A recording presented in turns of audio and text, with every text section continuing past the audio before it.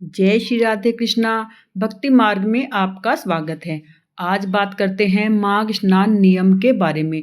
उसकी संपूर्ण जानकारी, क्या हमें करना चाहिए और कब से माघ का जो स्नान नियम है वो 2026 में शुरू होगा। इससे पहले अगर आप हमारे चैनल पर नए आए हैं तो प्लीज़ चैनल को लाइक कर लें, शेयर कर लें और सब्सक्राइब कर लें ताकि आपको हर वीडियो टाइम से मिल सके। आइए बात करते हैं 2026 में माघ स्नान नियम कब से शुरू करना है। पौष मास की जो पूर्णिमा तिथि है वो 3 जनवरी 2026 को है।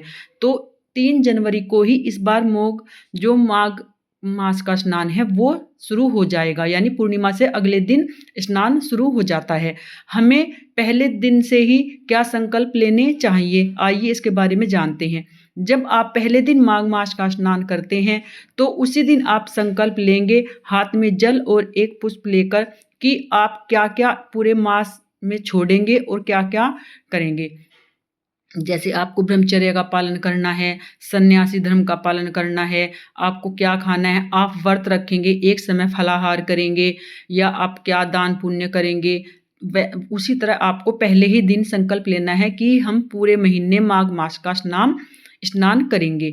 और जो माघ मास का स्नान है वो सूर्य उदय से पहले करते हैं। सूर्य उदय से पहले स्नान करके फिर हम सूर्य भगवान को जल अर्पण करते हैं और सूर्य भगवान को जल अर्पण करते हुए हमें मंत्र का जप करना चाहिए, ओम सूर्याय नमः या ओम ब्रह्म स्वरूपने सूर्य नारायण नमः। ये इतना पावरफुल मंत्र है कि आप इससे कभी जल देकर शुरू करिए और आप थोड़े दिन में आप अपने इस जल का प्रभाव देखेंगे कि आपको कितना फायदा होता है। ओम ब्रह्म स्वरूपने सूर्य नारायण नमः।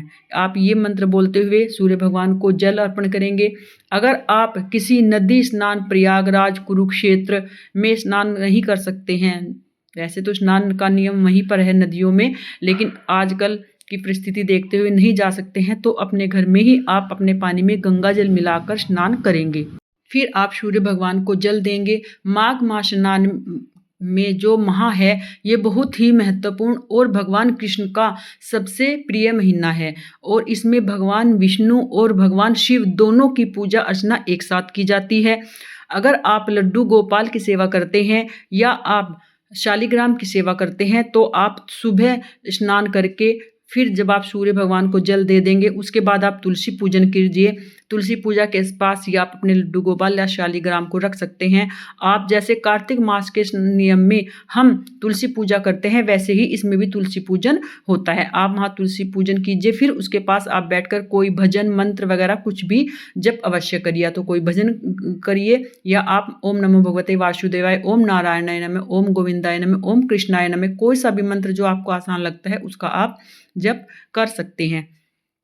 फिर आप पहले दिन से आप जो स्नान शुरू करेंगे, लास्ट के जब आप इस पूरे महीने का स्नान करेंगे तो आप पूरे व्रतों का अपना पालन करेंगे। ब्रह्मचर्य का पालन हमें करना होता है और इसमें गृहस्थ जीवन हो वाले हो, सन्यासी हो, बाल ब्रह्मचारी हो, पुरुष हो, महिला हो और बच्चे हो, जो भी माघ मास का स्नान करते हैं उन्हें सबको इसका उत्तम फल की प्राप्ति होती है। माघ माह के मास में प्रयागराज में माघ मेला भी लगता है। इसका पहला जो स्नान है माघ मेले स्नान का जो पहला स्नान है वो 3 जनवरी 2026 को प्रयागराज में होगा। मतलब माघ का जो मेला है वह ऐसा ही होता है जैसे कुंभ का मेला होता है, लेकिन कुंभ का मेला मतलब 12 साल में एक बार लगता है और माघ का जो मेला है ये हर साल प्रयागराज में लगता है, लेकिन इसका फल उतना ही होता है जितना हमें कुंभ के मेले में स्नान करने का मिलता है। तो इस दिन हमें लड्डू गोपाल की पूजा अर्चना हमें विशेष रूप से करनी चाहिए। इस पूरे महीने में हमें लड्डू गोपाल को उनके प्रिय भोग, पीले वस्त्र और चमकीले वस्त्र अर्पण करने चाहिए, पहनाना चाहिए। उन्हें जैसे आजकल ठंडी का मौसम है, गर्म कपड़े उन्हें देने चाहिए। गर्म कपड़ों का ही हमें दान भी करना चाहिए। गर्म चीज़ों का हमें इस मतलब भगवान को भोग लगाना चाहिए। तिल, गुड़ गच्चक हो गई और मतलब बहुत सारी मूंगफली का भोग है। गर्म मतलब जो है क्योंकि ठंडी का मौसम होता है ना, और हमें गर्म कपड़ों का ही दान भी करना चाहिए। और इसमें हमें मतलब पूरे महीने स्नान करने का हमें इतना महत्वपूर्ण बल मिलता है। हमें भगवान शिव पर पंचामृत से अभिषेक करना चाहिए। श्री कृष्ण भगवान का हमें पंचामृत तुलसा से अभिषेक करना चाहिए और लड्डू गोपाल की पूरी सेवा करनी चाहिए।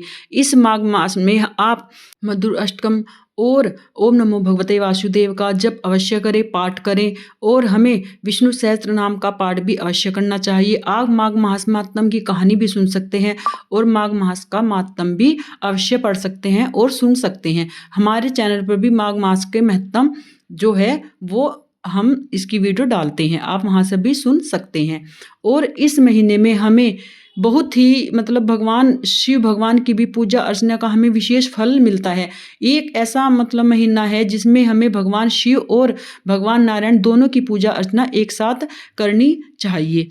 तो आपको वीडियो पसंद आई है, जानकारी अच्छी लगी है तो प्लीज़ चैनल को लाइक करें, शेयर करें, औरों के साथ भी साझा करें। माघ मास का महीना आप ऐसे ही नहीं जाने दे, चाहे ना करने से कुछ करना बेहतर होता है। कुछ भी करिए, विशेष पूजा अर्चना नहीं कर सकते तो तुलसी माँ की पूजा अर्चना अवश्य करिए। तुलसी माँ पर एक दिया अवश्य लगाइए, ओम नमो भगवते वासुदेव का वहाँ जप करिए बैठकर और लड्डू गोपाल की सेवा करिए। इससे भी हमें बहुत लाभ मिलता है। आज के लिए इतना ही, मिलते हैं नेक्स्ट वीडियो में नेक्स्ट टॉपिक के साथ। तब तक राधे राधे। कमेंट में जय श्री राधे कृष्णा अवश्य लिखें। राधे राधे।